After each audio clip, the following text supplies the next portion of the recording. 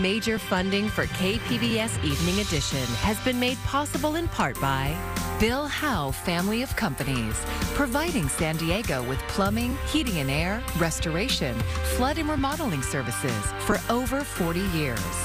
Call 1-800-BILL-HOWE or visit billhowe.com. And by the Conrad Prebys Foundation, Darlene Marcos Shiley, and by the following.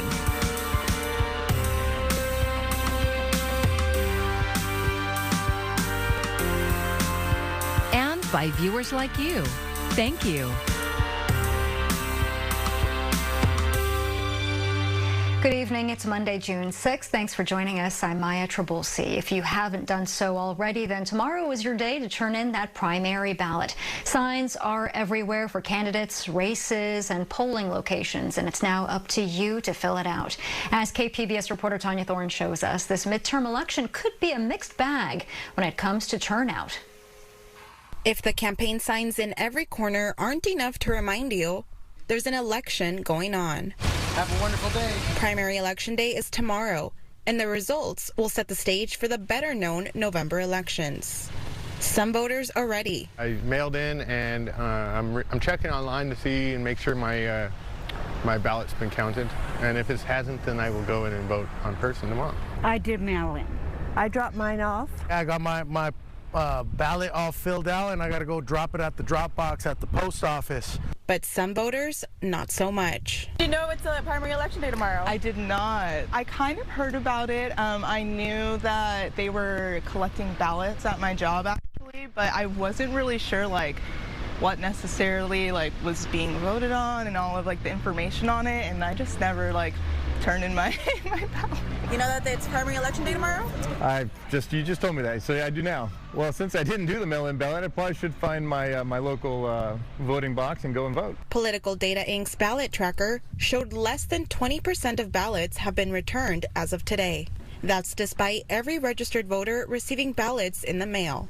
UC San Diego political science professor Thad Kauser says low voter turnout for primary elections is always expected. But for this election, the question is what motivates voters to head to the polls. Democrats are hoping that their voters, who have been kind of demoralized by the travails of inflation and the Biden administration, they hope they've been re-energized by this reminder through the leaked Supreme Court case and then this continuing flood of mass killings.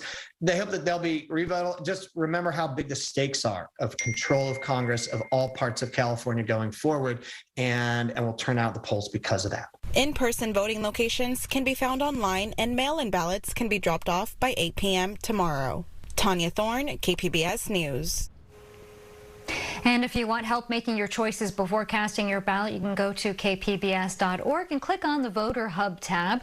You'll find our guide to all the races and candidates, as well as a map of locations to vote or drop off your ballot. More mass shootings across the country this weekend, as many as 10, in fact. As Mike Valerio reports, these acts of violence are putting more pressure on lawmakers to stop the gun violence. It's unacceptable. It's beyond unacceptable.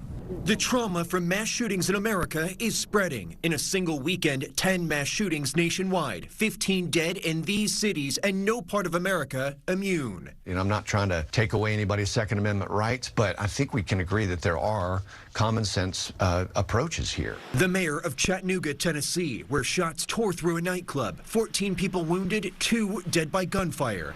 At a Phoenix strip mall, a gunman killed 1 person, 8 others shot and wounded. I heard over 100 gunshots going off. A group of people that just started running every different direction. Shooters opened fire at high school graduation parties in both South Carolina and Texas. People ran for cover at a funeral outside a Kentucky church, and in Philadelphia, multiple shooters fired into a crowd, leaving 3 dead.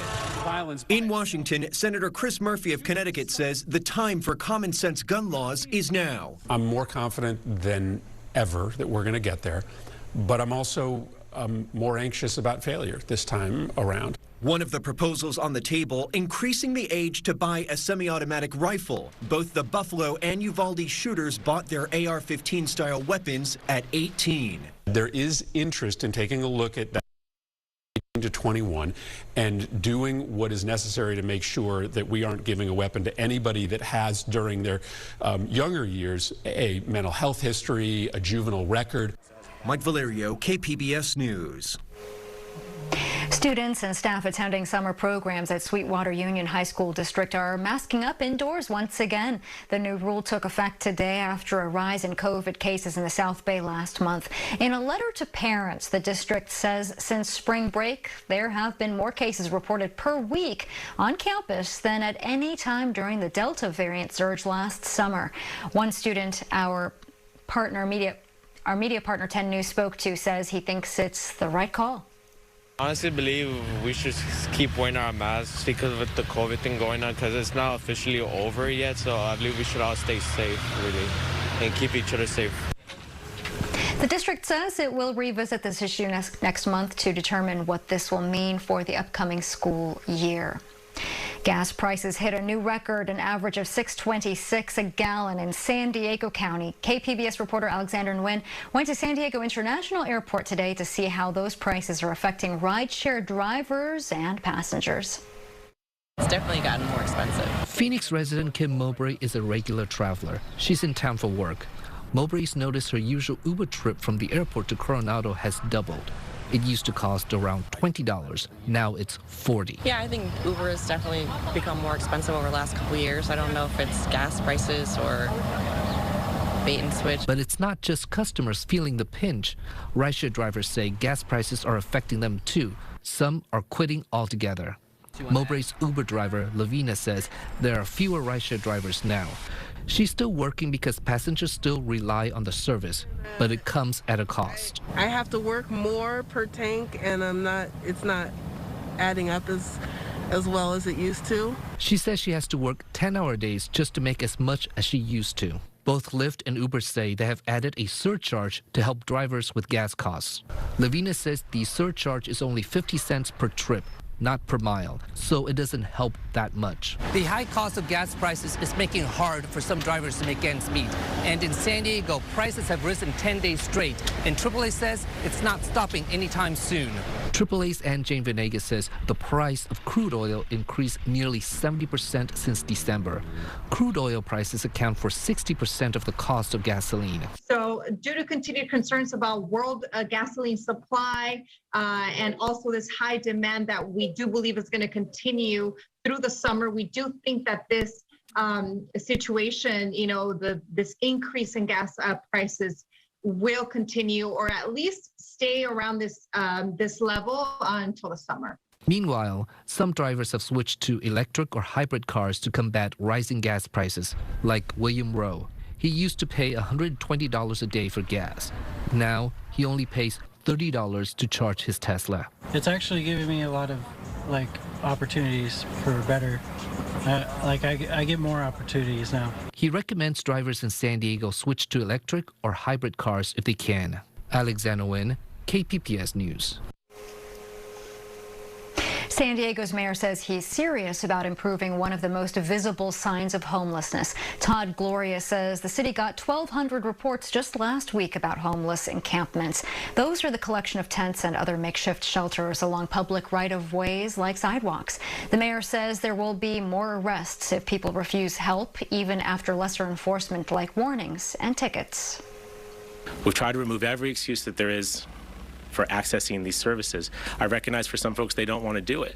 The question is, for San Diegans, do we want to have our sidewalks serve as housing? The answer is no. Mayor Gloria says the city is easing some shelter rules for those who have pets, a spouse, or even those with substance abuse issues. And just last week, work began on a new bridge shelter in the Midway District, which is one of the city's problem areas. Lawyers for the 5 defendants in the Fat Leonard corruption probe are focusing the jury on who hasn't testified. KPBS military reporter Steve Walsh says after 14 weeks, the case is about to head to the jury. We're out here at the federal court building. This trial has been going on since February. 5 former naval officers are accused of accepting bribes as part of a conspiracy. Luxury hotel rooms, and fancy dinners in exchange for funneling the Navy's ships to Leonard Francis, the Malaysian contractor. Now, 3 of the defense attorneys spoke today. Joseph Mancado, an attorney for the lead defendant, former Captain David Newland, asked, where is the man dubbed Fat Leonard? Why wasn't he here to explain anything? I think we know why, because the government's considered him too untrustworthy to testify. Francis pleaded guilty to corruption charges in 2015. He remains out of jail in San Diego while he awaits sentencing. Prosecutors were caught off guard when Francis appeared on a podcast last year where he laid out details of how he said he seduced the 7th Fleet, potentially breaking his plea agreement. Instead, prosecutors relied on documents and testimonies from others who were caught up in the case. 29 naval officers have pleaded guilty to various corruption charges, 2 of them in the weeks just before this trial began. Attorney for Captain Jim Dolan says Francis's lavish parties were part of just how the Navy did business in the Western Pacific. These are the last indictments from a 2018 indictment. Each one faces different charges, though they're all being tried together. The rest of the defense attorneys are scheduled to address the jury tomorrow. The government will get the last word before the case is expected to go to the jury. Steve Walsh, KPBS News. Today is the 78th anniversary of D-Day, the beginning of the end of World War II. On June 6, 1944, thousands of Allied troops stormed the beach of Normandy in Nazi-occupied France. The invasion ultimately led to the liberation of Western Europe. A bill to recognize some of the veterans with a Congressional Gold Medal is now ready for President Biden's signature. Only 13 of those Army Ranger veterans are still alive today. It's been over 100 days since Russia invaded Ukraine, and the war doesn't show any signs of stopping. KPBS reporter Kitty Alvarado spoke with a local businessman who has been traveling to Ukraine to offer his help. Bruce Talley, a businessman from Encinitas, has been visiting Ukraine for as long as he can remember. He and his family used to live in Russia, and back then, Ukraine was a fun getaway. Now he visits to bring aid to a country constantly being attacked by a country he once loved and called home. Virtually every person that I spoke to in Ukraine, virtually every person has some sort of tragedy that has touched them. He's been taking much-needed medical supplies to the war-torn country and people in desperate need of medical care. He took us along as he traveled through Ukraine. In Lviv, he met Oleg, a volunteer who described just how dire the situation is in their hospitals. The main local hospital in Lviv, who is overloaded with patients till the degree that they do surgery in the toilet. That's how many wounded people there is. Imagine we require everything, starting from very specialized medicine for those surgeries and emergencies, and finishing with regular first aid medical kits for soldiers, or just things like supplies like bandages or tourniquets. That's very, very in demand everywhere. Talley's other goal is to bring temporary housing to Ukraine. Everywhere he went, buildings were destroyed and uninhabitable. I don't even know if anybody has a real good bead yet on how many people don't have homes anymore. So many of these towns have been destroyed. And in places like Kharkiv, where Russians once stopped shelling, they started shelling again in civilian areas. A strike hit near where Talley was visiting. This car is still smoldering from the blast. He spoke with a volunteer traumatized by what he saw. Were a lot of civilians killed here? A lot. I saw at least me. I saw 5 in the flat stand. The flat burning in the flat. Just from the bombs. And you weren't looking for them either. I saw 5, and it actually, I'm not recommend to everyone to see what I saw before in this war. Talley says he'll continue to make trips as long as there's people in need, and hopes Americans realize just how much it means to the people in Ukraine. Several people have said if it wasn't for the United States government, we would have gotten run over. It's important from a moral standpoint to support people who are being victimized just because of their geography. Kitty Alvarado, KPBS News. The Summit of the Americas opened in Los Angeles today without at least one key leader. Mexican President Andrés Manuel López Obrador confirmed he will not attend the event hosted by President Joe Biden. It comes after Cuba, Nicaragua, and Venezuela were not invited because the Biden administration did not want to include autocratic governments. López Obrador said there cannot be a summit if all countries are not invited. The conference is expected to address issues including immigration, climate, and the pandemic. Experts say long cross-border wait times are a drag on our regional economy. A group of binational business leaders are trying to change that. KPBS border reporter Gustavo Solis has more on these efforts. This is the busiest border crossing in the country. Roughly 90,000 people cross the San Isidro port of entry every day. But before they cross, they have to wait for a long time. It's not unusual to lose 3 hours waiting to cross the border. Tijuana residents who work in San Diego leave their homes as early as 5 a.m. to get to work on time. County Supervisor Nora Vargas says that all of this waiting costs a lot of money, and it keeps both San Diego and Tijuana from reaching their full potential. The economic potential of this region, I think, is really something that we haven't really maximized yet. I think there's so much unknown. The border region's best and brightest minds have spent decades trying and failing to make crossing the border more efficient. They realize now that they have to be more creative in their thinking. We needed to find ways to make easier to cross the border. So we need to innovate. That was Kurt Hunold. He's the former mayor of Tijuana and is now the Secretary of Economy and Innovation for the state of Baja California.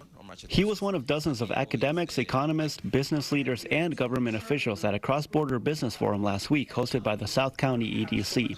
It was at this forum that Hunold laid out a vision for alternative border crossings. One idea includes a special border crossing for people who ride the trolley. It's essentially the same thing as the popular Cross-Border Express, or CBX. It's a border crossing exclusively for people who fly to and from the Tijuana airport. The trolley CBX. The trolley CBX, what that means is that we will have a bridge in the Mexican side in San Isidro that will land at the CBP installations when the people across, and then they can go to the trolley right away. In order to reduce people that are making lines 2 to 3 hours every day. Another idea is for a ferry to take people from Ensenada directly to San Diego. Hunold says it would take about 2 hours, but that's still faster than driving across. And these aren't just pie-in-the-sky ideas. Hunold says that he's actively talking with private investors and government officials in San Diego. So we will have less people traveling in our highways, less people crossing, and less people also using the highways in the United States, and in San Diego. So and if that goes through, like we believe, we're working already with the Port of San Diego to sign an MOU and see if we can do a test on the summer. Economists say that these innovations are especially needed now in an era of supply chain bottlenecks. Mexico imported $47 billion in goods to California in 2020 alone. Experts say that number could be even higher if trucks didn't have to wait so long at the border.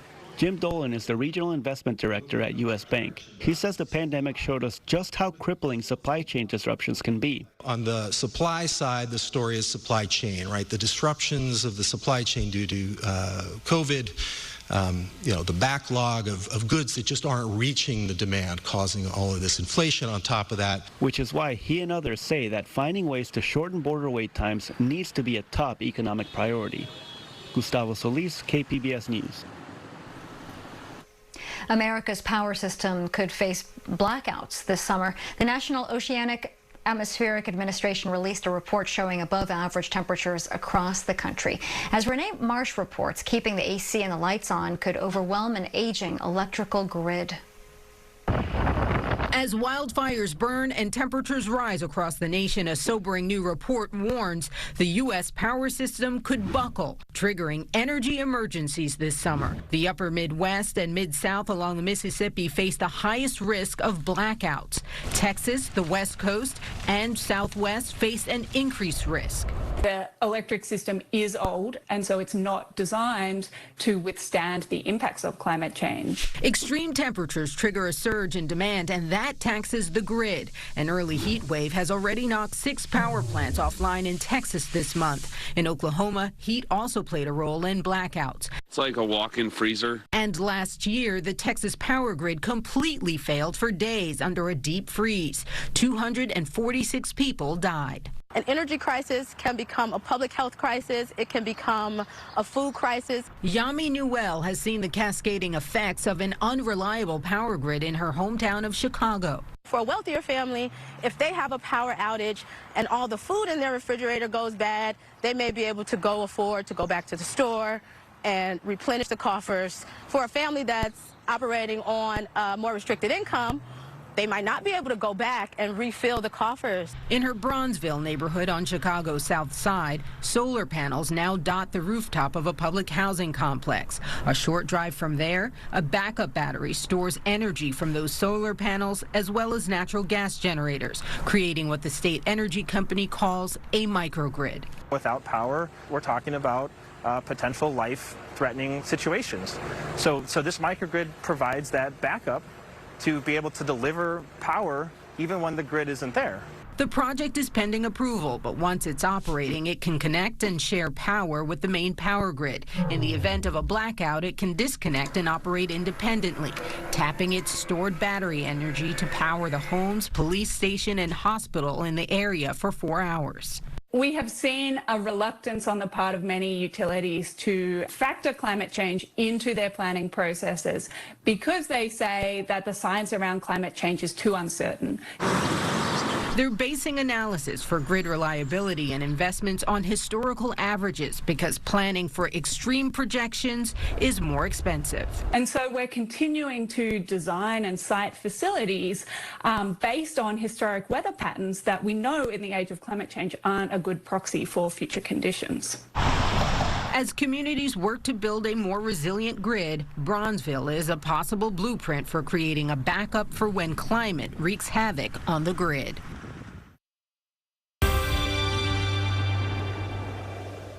Hope you're having an excellent start of your week, and thanks for tuning in to KPBS News. I'm Marvin Gomez with a quick look at your AccuWeather forecast for San Diego County. Here's a quick look at what we expect in the upcoming days. The hot weather will continue to expand over inland areas, and those low clouds along the coast are also going to be persistent for most of the week. Eventually, even temperatures along the coast and most of our area in San Diego County will have a gradual warm up into the weekend. As of right now, we do not have any heat-related weather alerts across San Diego County, but it is going to be areas towards the east across Southern California where an excessive heat watch is already in place. 67 degrees for our low temperature tonight. Here's a quick look at the rest of our region. 57 for Ramona, Borrego Springs. You're cooling down to 73, 64 across Mount Laguna. The big picture for our Tuesday shows all of those areas across Southern California and throughout the Four Corners where the heat is going to be building. Again, along our coastline,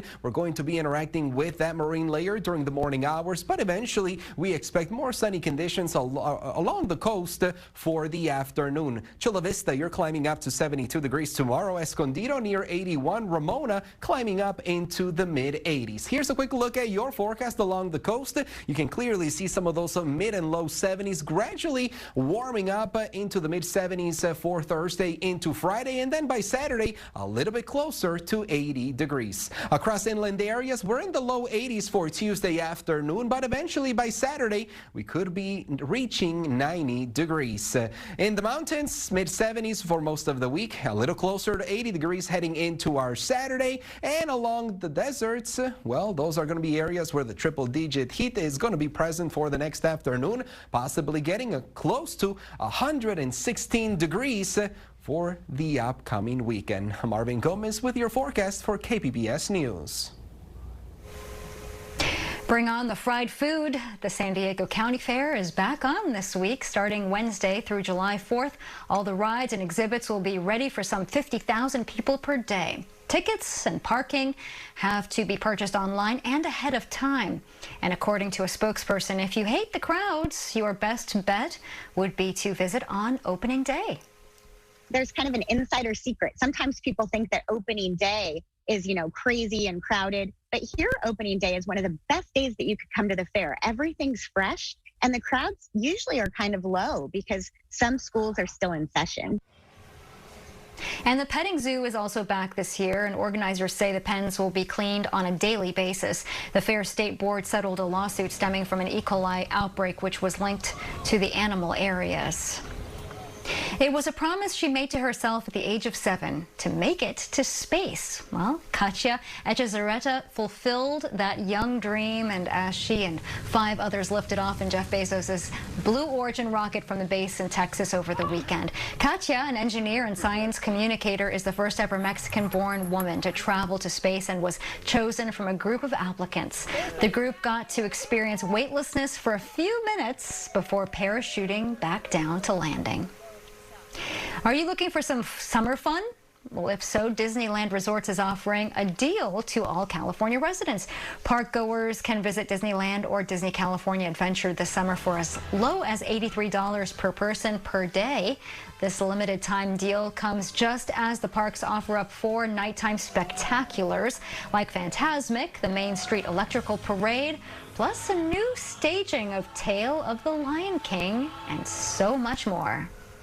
We have some special deals going on right now for all of residents of California. We're at full speed right now. I mean, we got everything going. We got Fantasmic, we got World of Color, we've got the Electrical Parade, we got Disneyland Forever fireworks show, and then of course this new telling of the Lion King, Tale of the Lion King.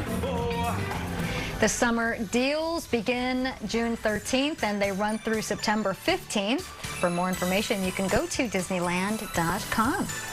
And you can find tonight's stories on our website, kpbs.org. Thanks so much for joining us. I'm Maya Trabulsi. Have a great evening.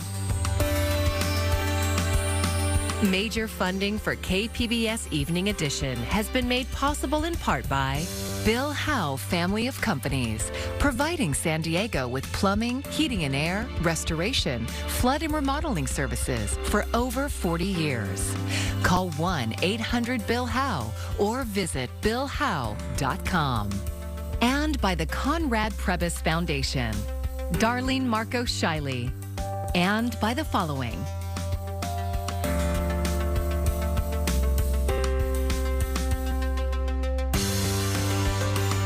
And by viewers like you. Thank you.